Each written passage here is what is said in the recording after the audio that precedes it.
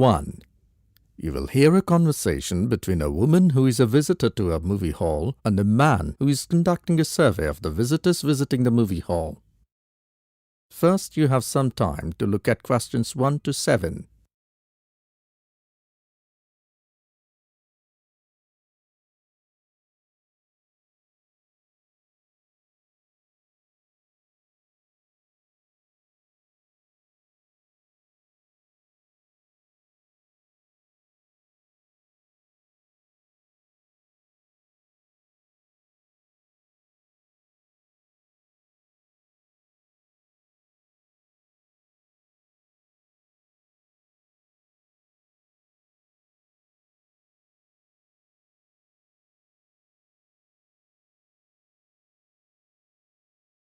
You will see that there is an example which has been done for you. The conversation relating to this will be played first. Excuse me, ma'am. May I have a few minutes of your time? Yes, what do you want? First, welcome to Regal Movie Hall, the biggest cinema hall.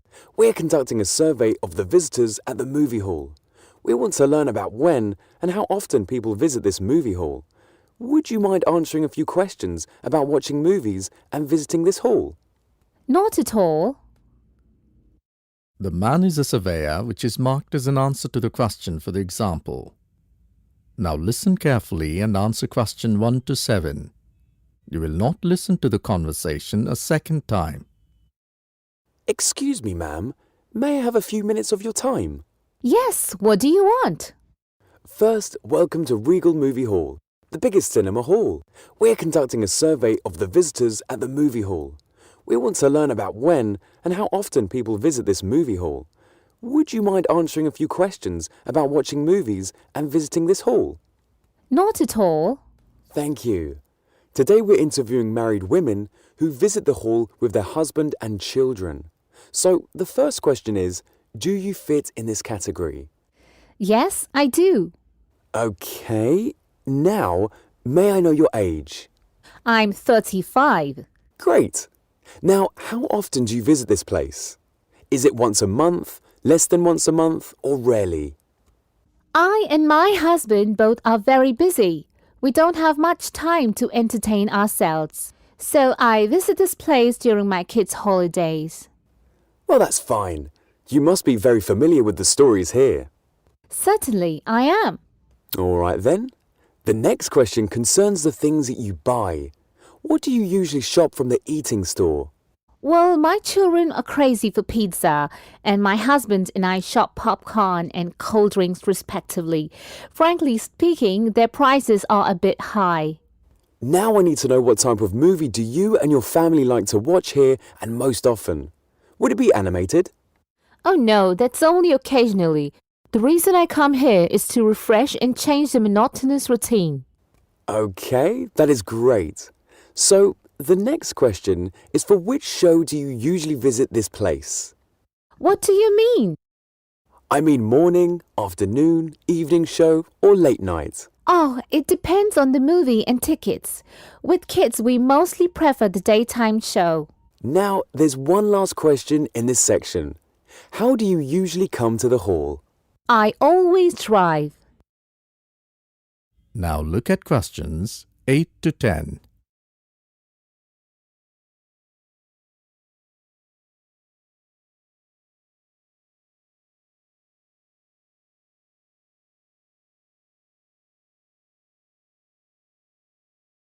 Now listen to the second half of the recording and answer questions 8 to 10. Fine. Okay, the next part of the questionnaire concerns your opinion. In general, which part of the movie hall have you had the best experience? That's easy. I like the whole arrangement and services also. Oh, that's amazing, isn't it? They have big comfortable seats to enjoy the movie for 2 to 3 hours. They do, but I consider it good because the employees are very polite. They provide exceptional services. Now, what about the washrooms? They're really very clean and hygienic, even easy to use for elderly visitors. That's really nice. I've just one last question. Do you have any suggestions for improvement of the movie hall? Yes, parking space should be increased. I never find a place to park. It's really annoying sometimes. That's all. Thanks for sparing your precious time. That is the end of section 1. You will now have some time to check your answers.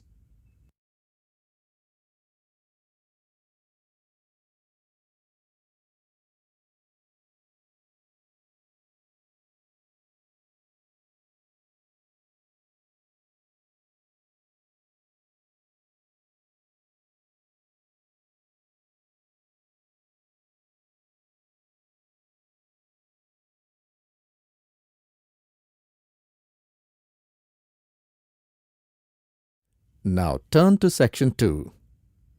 Section 2.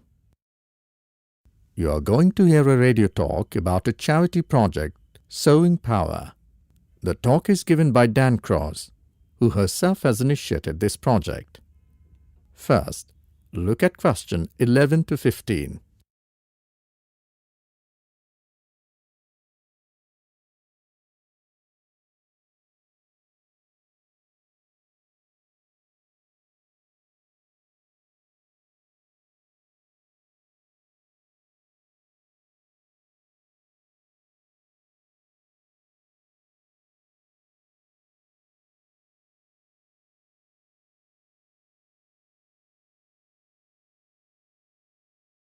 Now listen to the recording and answer questions 11 to 15. My name is Dan Cross and I'd like to talk about the work of Sewing Pa, a small charity based mainly in Beijing. First, how the charity began.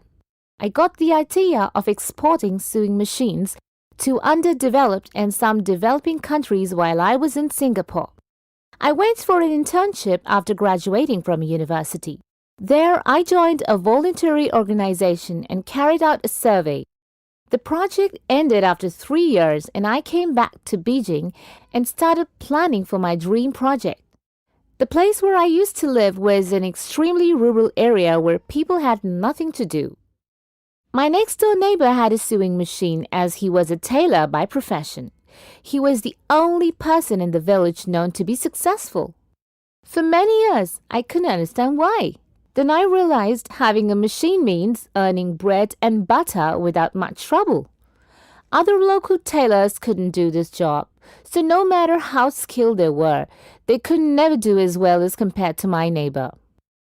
At Sewing Pa, we collect second-hand machines and send them to some of the poorest regions in the world. When we distribute machines overseas, we don't give them away for free. The demand for machine is enormous, which makes them very expensive locally, so we sell them for 5% of the normal price. But in order to continue operating, we need to have a constant supply of sewing machines, which we send out every 6 months. One example of a town that received machines from Sewing Pa is Maivas. It was the first place I sent a full container of machines. Most people in the village now own a machine. The local economy has developed so much, you wouldn't recognize it as the same place. But Sewing Pa still needs your help. You must have read about some of our recent problems in the local media. In January 2013, we were out of money. We had sewing machines ready to send, but no money to pay the bills. We managed to supply things on time, but the other problems remained for several months. Now look at questions 16 to 20.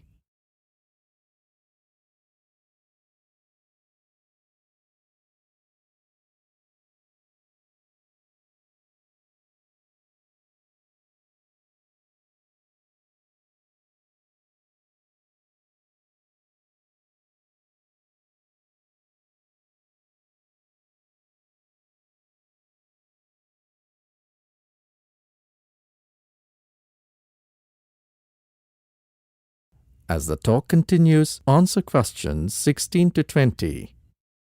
Fortunately, in May 2014, our project won the Enterprise Award, which really helped us.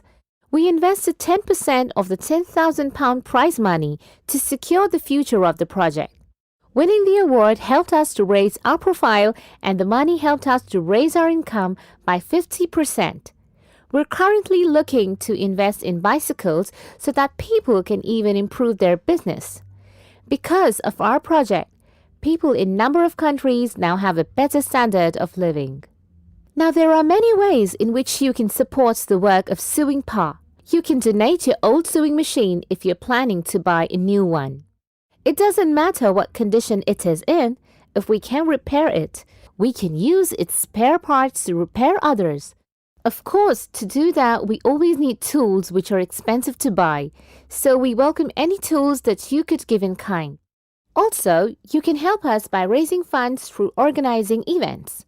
People do all kinds of things to help us. We hope that by talking on radio programs like this, we will be able to raise public awareness, which will bring forward the government organizations to give us regular financial support, something which is really needed. That is the end of section 2. You will now have some time to check your answers.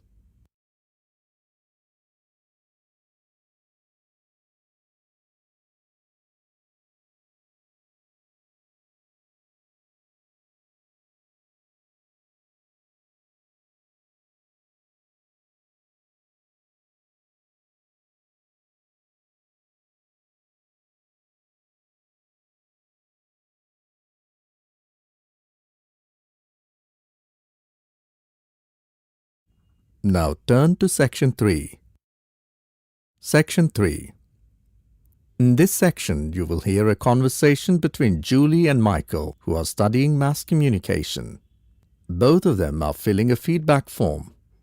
Look at questions 21 to 30.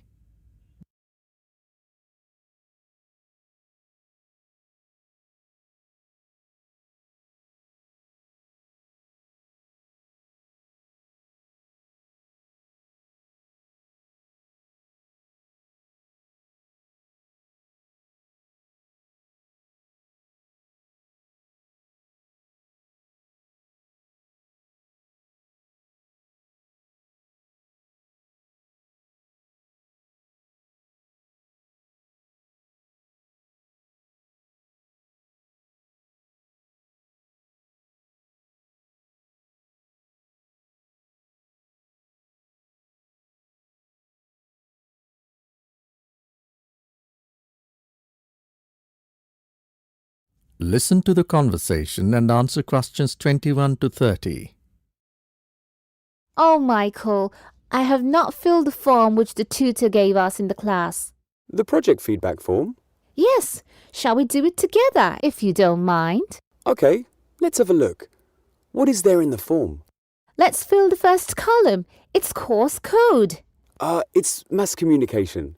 Okay, mass communication. I know it. But the form demands a code. MS-18 something. MS-180, isn't it? That's it. Okay. And what about the dates? When did we start? I remember. It was my mother's marriage anniversary on 24th April. It doesn't seem that long, does it? No, the course will end this week on Saturday, July 21st. So I'm sure the course started on the 20th of April. That was my mother's birthday. Now, let's have a look at the next question. Give comments on the different aspects of the course. Okay, what's the first query? Oh, about the course contents. What do you think? They were very clear, isn't it? Yes, it's true. The content was absolutely clear. Okay, anything else about the content? The best thing about the course is the sessions given to us online in the beginning. It was very useful, so I definitely put that down. Now, going on to suggestions for improvement, one thing I would like to give suggestion for, I think we should have done a bit more practice in the beginning. Yeah, absolutely correct. In the beginning, I thought it would be very easy, and then all of a sudden in the second half, we got a whole load of work, reading, projects, and assignments. Yes, it would have been better if it was from the beginning only. Okay, now course delivery. Does that mean teaching part? Yeah, I suppose it is good. The standard of teaching is awesome. It's from the heart to the mind. I mean, the techniques, the audiovisual aids were amazing. Exceptionally better than any other course I've been on. Yes, I agree. Let's pen it down. What about suggestions for improvement? I didn't think. It was all wonderful when we had group discussion sessions that went on for so long. They should be limited to a specific time, not so long, otherwise the repetition of ideas start. Now, on to the practical aspect of the course. Oh, now what was good about the lab sessions and handouts? Yes, in my opinion, the handouts were very good and some of them were really great, with sources and websites. One problem which most of the students faced was about the reserved copies in the library. Yes, there weren't enough copies on the reserve in the library and not enough computers. Long waiting was there. Okay, testing and evaluation, well, I can't comment on it until we get our written assignments back. Don't talk about it. I got mine yesterday. I really don't want to think about the marks I've got. But the presentation was good. The way I got feedback was excellent and quick. Yes, it was, and I liked the way and the criteria of evaluation. Yeah, but I'm not much confident about the written work. I personally think it's stressful. Yes, I agree. Here also they must tell us about the criteria of marking. About the writing class tests. But they told us. No, for the finals. What are they looking for and what is the criterion? How many marks for pass or fail? I never thought of it. It would be really helpful. Okay, any other comments? I think student support is excellent. Yeah, me too. Excellent. I can't think of anything else. Okay, so that's done. Thanks, Michael. No, thank you. That is the end of section 3. You will now have some time to check your answers.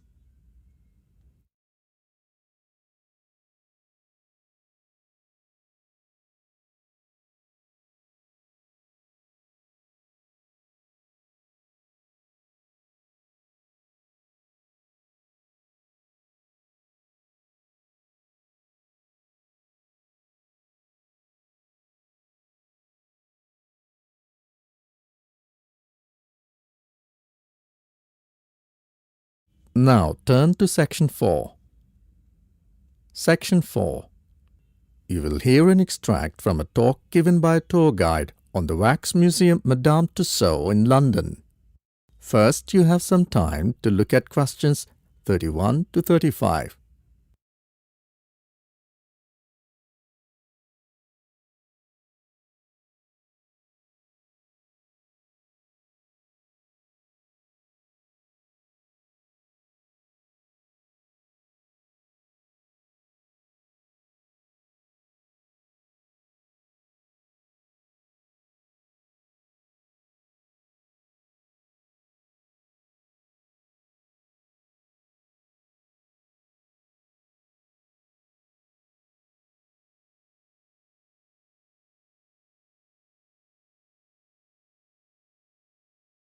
Now listen carefully and answer questions 31 to 35.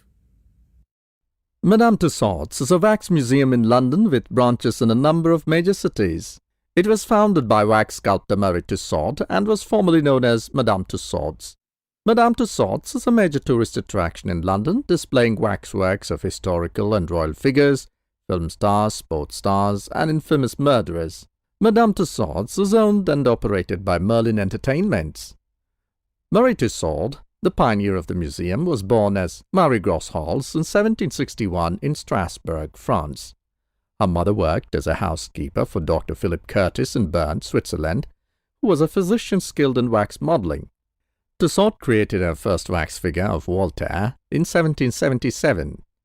Other famous people she modeled at that time include Jean-Jacques Rousseau and Benjamin Franklin. During the French Revolution, she modeled many prominent victims. Her death masks were held up as revolutionary flags and paraded through the streets of Paris. Following the doctor's death in 1794, she inherited his vast collection of wax models and spent the next 33 years traveling around Europe. Her marriage to François Tussaud in 1795 lent a new name to the show, Madame Tussauds. In 1802, she went to London, having accepted an invitation from Paul Philida, a magic lantern and phantasmagoria pioneer, to exhibit her work alongside his show at the Lyceum Theatre, London. She did not fare particularly well financially, with Phillida taking half of her profits. As a result of the Napoleonic Wars, she was unable to return to France, so she travelled throughout Great Britain and Ireland exhibiting her collection. From 1831, she took a series of short leases on the upper floor of Baker Street Bazaar, on the west side of Baker Street, Dorset Street and King Street, which later featured in the Drew Portland case sequence of trials of 1898 to 1907. This became Tussaud's first permanent home in 1836. One of the main attractions of her museum was a Chamber of Horrors. By 1835, Marie had settled down at Baker Street, London, and opened a museum. This part of the exhibition included victims of French Revolution and newly created figures of murderers and other criminals. Other famous people were added to the exhibition, including Horatio Nelson and Sir Walter Scott. Some of the sculptures done by Marie Tussaud herself still exist. The gallery originally contained some 400 different figures, but fire damage in 1925, coupled with German bombs in 1941, has rendered most of these older models defunct. The casts themselves have survived, allowing the historical waxworks to be remade, and these can be seen in the museum's history exhibit. The oldest figure on display is that of Madame du Barry. Other faces from the time of Tussaud include Robespierre and George III. In 1842, she made a self-portrait, which is now on display at the entrance of her museum. She died in her sleep on 15th April 1850, but the museum has kept her alive and will do forever. Now look at questions 36 to 40. Now listen to the second half of the recording and answer questions 36 to 40. By 1883, the restricted space and rising cost of the Baker Street site prompted her grandson Joseph Randall to commission the building at its current location on Marylebone Road. The new exhibition galleries were opened on 14th July 1884 and were a great success.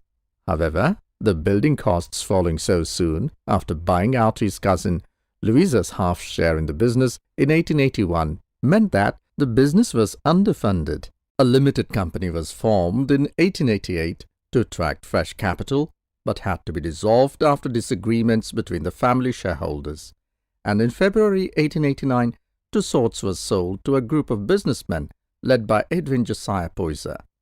Edward White, an artist dismissed by the new owners to save money, allegedly sent a parcel bomb to John Theodore Tussaud in June 1889 in revenge.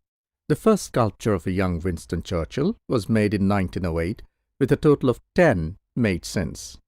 Madame Tussaud's Wax Museum has now grown to become a major tourist attraction in London, incorporating, until 2010, the London Planetarium in its West Wing. It has expanded and will expand with branches in Amsterdam, Bangkok, Berlin, Blackpool, Hollywood, Hong Kong, Las Vegas, New York City, Shanghai, Sydney, Vienna, Washington DC, Wuhan, Tokyo, and the temporary museum in Busan, Korea, with locations coming to Beijing, Prague, Singapore, Orlando, and Francisco. Today's wax figures at Tussauds include historical and royal figures, film stars, and sports stars. The masterpiece itself speaks about its work. That is the end of section 4.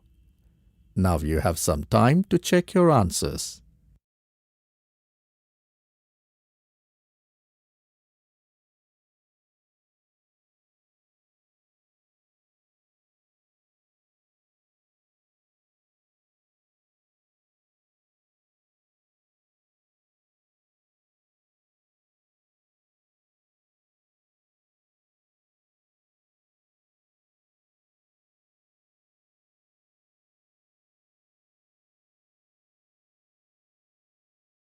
That is the end of practice listening test.